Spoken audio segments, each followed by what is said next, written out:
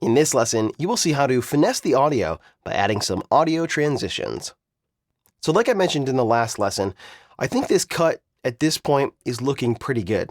But some of these audio transitions are not very nice sounding. They sound a little abrupt and a little rough around the edges. Now you're going to learn more about effects in the next 2 lessons, but I did want to go over some basic audio transitions which can be found right here in the effects panel. So if you jump down here, underneath audio transitions, there's only one folder, and that's crossfade. And there are 3 default audio transitions. You have constant gain, constant power, and exponential fade. And all of these do a very similar thing. When you apply one of these crossfades between 2 media clips with audio, the transition will fade one of the clips down and simultaneously fade the other clip up. And these 3 transitions differ in how much and how fast they crossfade. But they all do a very similar thing. You see that constant power here is highlighted as blue, and if I right-click on it, it's because this one has been set as the default transition. If I wanted to set constant gain, I would right-click and just set that there, or exponential fade. But right now I have it set to constant power. The constant gain crossfade changes audio at a constant rate in and out as it transitions between clips. This crossfade can sometimes sound abrupt, so that one I don't really use. The constant power crossfade creates a smooth, gradual transition, which is more similar to the dissolve transition you might use between 2 video clips. This crossfade decreases audio for the first clip slowly at first, then quickly towards the end of the transition. For the second clip, this crossfade increases audio quickly at first and then more slowly towards the end of the transition. So this is a pretty smooth audio crossfade right here. The exponential fade fades out the first clip over a smooth logarithmic curve, while fading up this second clip also over a smooth logarithmic curve. So again, all of these do a very similar thing. They fade out one clip while they simultaneously fade in the second clip. So let me show you exactly how these work. I'm going to jump over here in the timeline panel, and let's find one of these transitions that maybe could use a little bit of a crossfade between them. So I'm going to zoom in here right on the playhead with the plus key, and I'll play this little bit right here. Best of all, easy. Hi, my name is Cheryl Zig. So that's not super abrupt, but let's hear the difference when we apply a default transition. I can just drag one of these right over to the clip, just like that.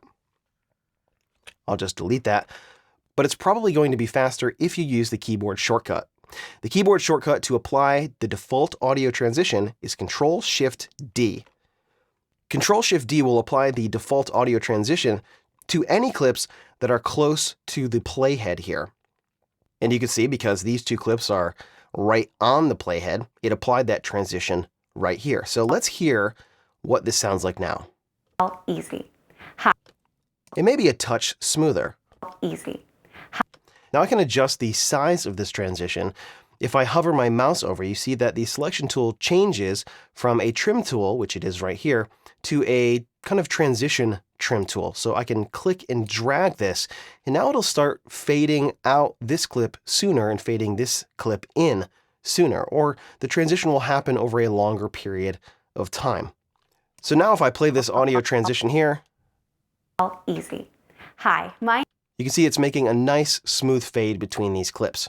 Now in order for this crossfade to work, there has to be material after this edit right here in order to fade down. If this was the end of the clip and there was nothing after that, then this transition wouldn't have anything to fade down after this point, so it wouldn't work correctly. If I double click on this clip to bring it up in the source monitor, you can see that this is the in and the out point for this source clip that I have marked to use. Now the portion of the source clip that I'm not using is called a handle. The handle between the clip's start point and the in point that I marked is sometimes called head material, and the handle between the clip's out point and the end of the media is sometimes called tail material. So when you're applying these transitions, if there's not handles after this edit point and before this edit point, or in other words, if there's not tail material here or head material here, this transition won't work properly because there won't be anything to fade up or fade down. But because there is, this is going to work fine. And in most cases, it's going to work just fine.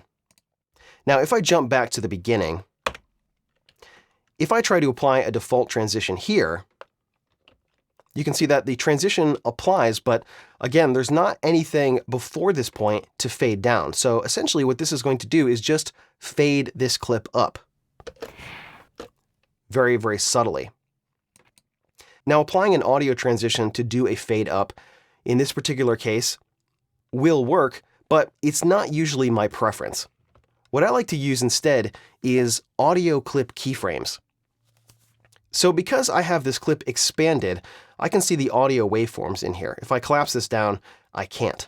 But as soon as I expand this, I can see audio waveforms, I can see what's happening on the left channel and the right channel, and there's a line in between here. And you can see as I hover over this, it says volume level. This is the volume level for this particular clip. And while my selection tool is hovered over here, I can take this volume level and I can push it up, or I can click and drag it down. I'm just going to undo that. I can also hold Control down, and if I click, I can add a keyframe. If I add another keyframe over here, I can adjust the volume of this clip. So what I will frequently do is create my own kind of audio transitions with clip volume level keyframes. So I'll usually drop 2 keyframes in, and then I'll take one of them and I'll pull it down. And so now what's going to happen between this keyframe and this keyframe is the volume is going to start at -infinity, and then it's going to ramp up to 0 decibels over this time period. And so now listen to what's going to happen. Have you ever had a... It basically faded in the audio. Now, the reason why I like to use keyframes in this situation over an audio transition is because it's faster. Let me just undo this for a second.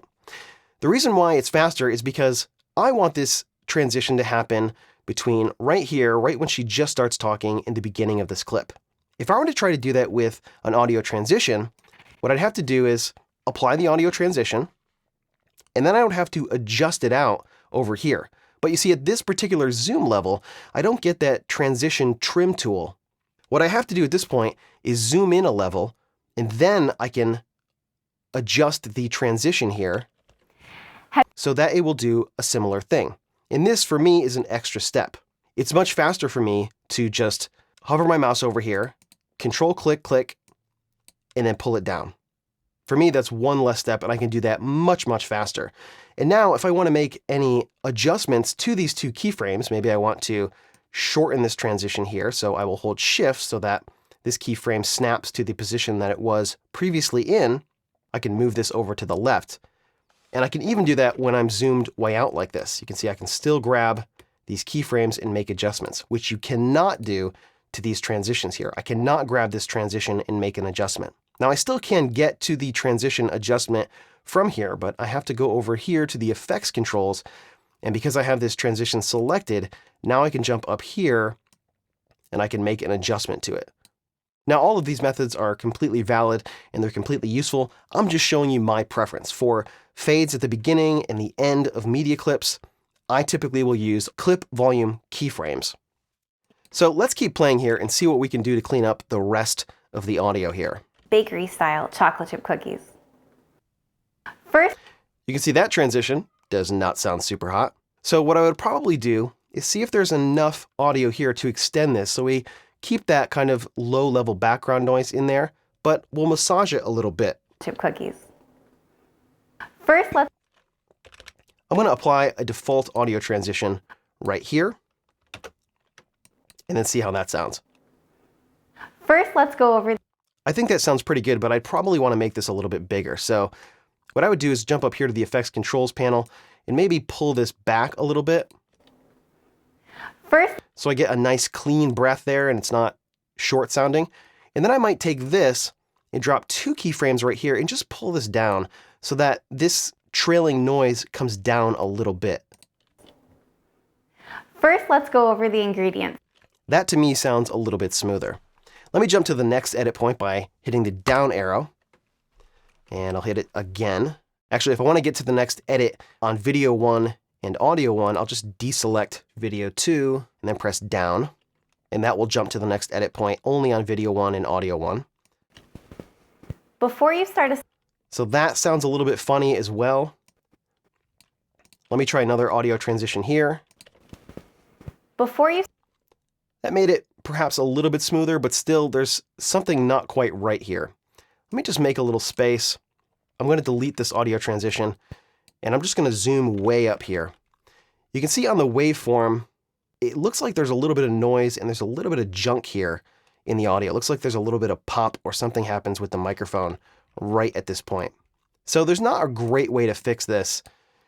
So what I might do is put 2 keyframes here and 2 keyframes here. I won't fade them all the way down, but I will reduce the intensity in this transition. before you start assembling And that, to me, sounds just a little bit better. It sounds like this whole audio track on all these clips could use just a hair of denoising. But for right now, I think these audio transitions will help a lot. There's certainly a lot more to learn about working with audio in Premiere, but with these 2 things, audio transitions and clip volume keyframes, you can very quickly massage the transition between your clips and make the audio sound much smoother. In the next lesson, you're going to get a brief overview of the video effects available in Adobe Premiere Pro.